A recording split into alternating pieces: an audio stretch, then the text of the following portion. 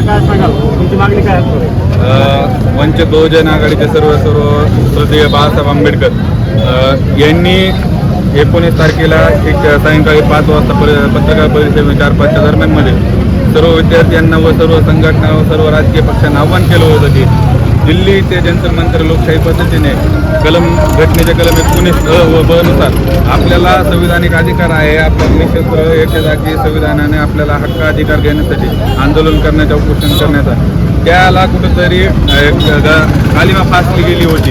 विद्यार्थ्यावर असेल 14-16 वर्षाचे विद्यार्थी तिथे आलेले असतील, 50-60 वर्षाचे त्यांचे माता पिता ज्यांनी त्यांना रक्ताचा थेंबाचा कष्टाचा पैसा 20-20 वर्ष शिक्षणासाठी लावला होता, ते आईवडील तिथं गेले होते. त्यांना कोणताही न बघता तिथील हुकुमशाहीने, क्लिअरशाहीने, दिल्ली शासनाने त्यांना तिथल्या SP, DYSP, DGPने जे कठोर कारवाई करण्यास सांगितलं, याच्या विरोधात महाराष्ट्र बंद 23 तारखेला बंद ठेवण्याचं आव्हान श्रद्धेय बाळासाहेब आंबेडकर यांनी केलं होतं. त्यालाच अनुसरून त्यांना साथ देऊन सिरसा येथील सर्व मार्केट कमिटी, सिरसा, वाशे, सदरील ग्रामपंचायतला आम्ही काल निवेदन दिलं होतं की श्रद्धेय बाळासाहेब आंबेडकरांनी बंद पुकारलेला आहे, जेणेकरून आपला उद्या आठवडी बाजार आहे, त्याला तुम्ही आम्हाला साथ द्यावी. तर एका शब्दावर ही ग्रामपंचायत आम्हाला ती साथ दिली व सिरसा वाशातील सर्व मार्केट कमिटीने आम्हाला साथ दिली. त्याबद्दल सर्व वंचित परिवाराकडून, सर्व विद्यार्थ्याकडून, कोणत्याही जातीपातीचा विद्यार्थी नसतो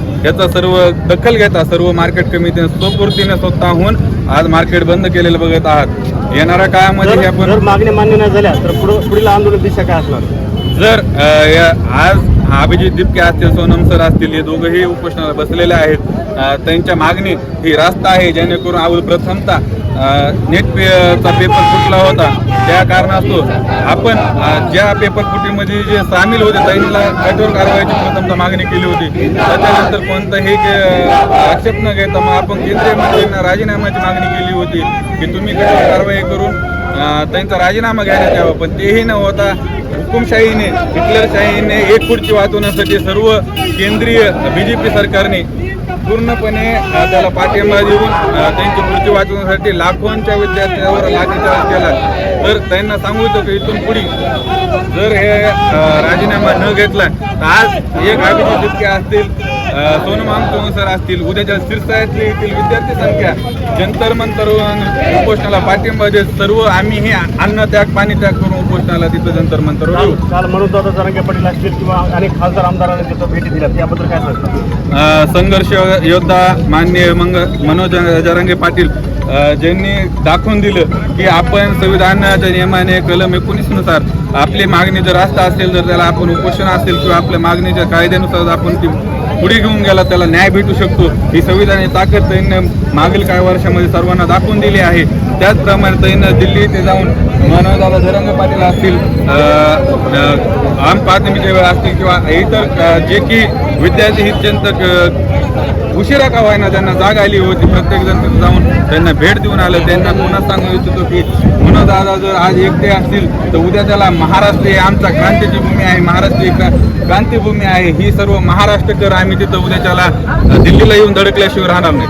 नक्कीच आपल्यासोबत दुसरे वंचितचे नेते आहेत. काय सांगाल सिरसाळकरांनी तुम्हाला इथं अतिशय मोठा प्रतिसाद दिलेला, काय सांगाल? तर सिरसाळ्यातले जे व्यापारी संघ आहे आणि 70% मार्केट हे आमचं मुस्लिम बांधवांचं आहे. मुस्लिम बांधवांना एका शब्दावर हाकेला जागून मार्केट बंद केलेलं आहे त्यानं आणि ग्रामपंचायतनं देखील 100% सहकार्य केलेलं आहे. सिरसाळ्यातलं 100% मार्केट हे कडकडीत बंद झालं आहे आणि जे लोक जमलेले आहेत हे लोकशाही जिवंत ठेवण्यासाठी जर आलेले आहेत तिथे लोक, आणि आपल्याला जर लोकशाही जिवंत ठेवली असेल तर असेच आंदोलन, असेच मार्केट बंद करून एखाद्या दिवशी आपला अशी वेळ जर आली, यानंतर जर आपल्या मागण्या पूर्ण नाही झाल्या तर आपल्याला चक्काजाम देखील करावं लागणार आहे. या संबंधित सर्व लोक हे जागरूक झालेले आहेत आणि समाज बांधवांना, सर्व जातीय समाज माझी विनंती आहे की हे आंदोलन असंच चालू राहावं आणि ते जवळ तुमच्या मागण्या विद्यार्थ्यांच्या पूर्ण होत नाही ते आंदोलन असंच चालू राहील. आणि सिरसाळा कमिटीचे परत एकदा आभार मानतो, सिरसाळा मार्केट कमिटी की त्याने एका शब्दावरून, वंचितच्या शब्दावरून आणि सर्व जातीय समाजाच्या शब्दावरून आणि मुस्लिम बांधवांचे एक खरंच त्यांचं आभार मानतो की त्याने एका शब्दावरून मार्केट बंद केले.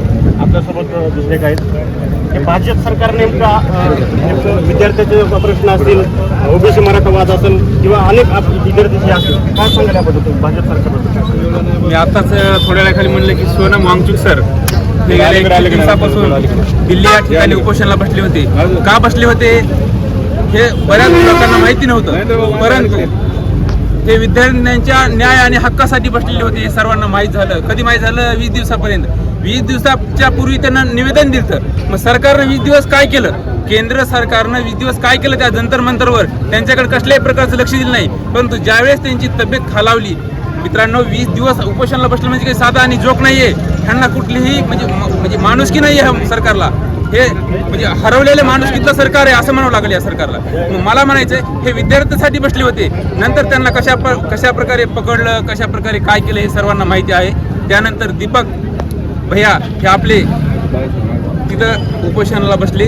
त्यानंतर त्यांना 2 दिवसांनी एक भव्य दिव्य असा एक सर्व लोकांच्या आणि मुलांच्या सोबत संसदेवर जे मोर्चा काढण्याचा त्यांना ठरवलं होतं, त्या मोर्चा ज्यावेळेस काढला त्यावेळेस मित्रांनो त्यांच्यावर लाठीचार्ज इतका भयानक केला.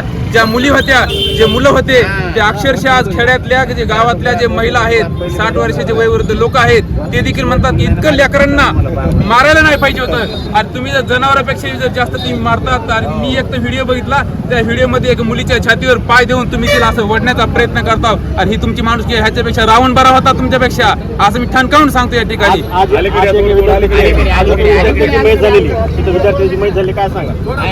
तर माझं एक म्हणणं, ज्या ह्या नीटच्या पेपरमुळं जेवढे काही विद्यार्थ्यांनी काही गळफास घेतले, ज्यांना की 500-600 जे स्कोर येत होता, त्या स्कोरमध्ये त्यांना त्या म्हणजे पेपर फुटीमुळं अनेक विद्यार्थी त्या ठिकाणी मयत झालेत.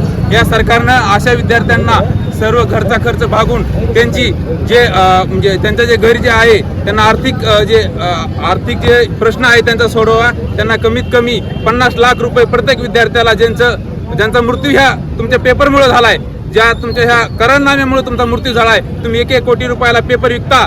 आणि ते विद्यार्थी जर तुम्ही त्या पेपराच्या जे लिंकमुळे जर तुमचे हे विद्यार्थी आमचे विद्यार्थी मरत असतील, तर अशाला 50 लाख रुपये तुम्ही द्या, अशी माझी प्रथम मागणी. आणि तुमच्या इतकं नीच राजकारणी आज या जगात नाही, असं मी अनेक व्हिडिओ बघितल्यानंतर मला लक्षात आलं की खरंच हे मोदी आणि शाह हे हुकुमशाहीच्या दिशेने वाटचाल केलेली आहे संपूर्ण. म्हणून आम्ही हे जे युवक आहेत, जे विद्यार्थी आहेत, ह्या विद्यार्थ्यांनी नाही आमच्या गावातले तर 8वीचे मुलं इथं आलेत, 8वीच्या मुलं आले तर 8वीच्या मुलापासून जर कळत आहे की हा कुठेतरी देश हुकुमशाहीच्या म्हणजे दिशेने जात आहे, तर त्यावेळेस तुम्ही किती म्हणजे नीच लेवलचं राजकारण करतायत. यामुळे आम्हाला सगळ्या विद्यार्थ्यांना, नवजवानांना, युवकांना या ठिकाणी रस्त्यावर आलोत. आणि आज जे बंद आहे ते स्वयंस्फूर्तीनं बंद आहे.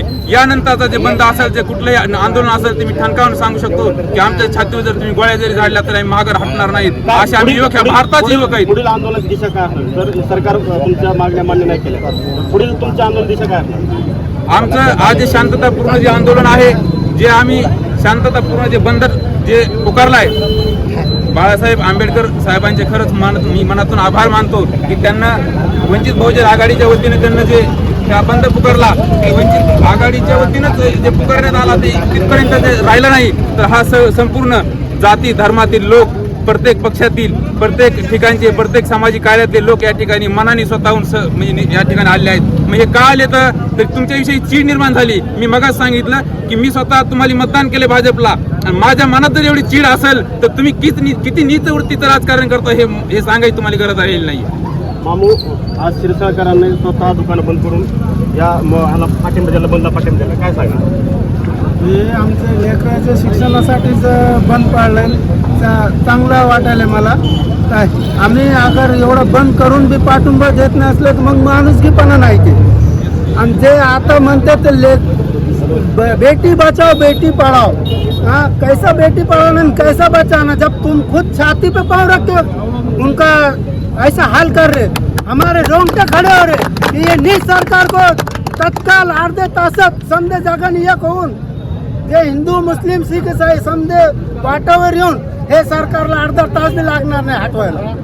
आपल्यासोबत दुसरे पण आहेत. या सगळ्या स्वतः बंद करून तुम्ही बंदला पाठिंबा दिला, काय सांगा? मुळामध्ये हा मुद्दा आहे की मोदी सरकार हे पूर्णतः एकतर जातीवंत सरकार आहे. त्यानंतर या सरकारला गोरगरिबांची कोणत्याही प्रकारची काही म्हणजे त्यांना देणं घेणं नाही आहे. हे सरकार फक्त मोठमोठे आमदार खासदार यांनाच फक्त पोचवतंय. आणि मला सांगा, ज्या म्हणजे हे मंत्र्याचा त्यांनी तात्काळ राजीनामा घ्यायला पाहिजे, तो त्यांनी राजीनामा आणखीनही घेतलेला नाहीये. त्यानंतर जे आपले विद्यार्थी आहेत त्या विद्यार्थ्यांना जनावराला सुद्धा माणसं म्हणजे मारताना विचार करतात, परंतु ह्या सरकारने विद्यार्थ्यांना अमानुष म्हणजे असं मारहाण केलेले आहे. त्याबद्दल आम्ही सर्व व्यापाऱ्याच्या वतीने शिरसाळा पूर्णतः बंद केलेला आहे व सर्व व्यापारी याच्यामध्ये सहभागी झालेले आहेत. असं सहकार्य सर्व व्यापारी करावे ही माझी विनंती आहे सर्व व्यापाऱ्यांना. नमस्कार. पाहत राहा पुढील आपल्या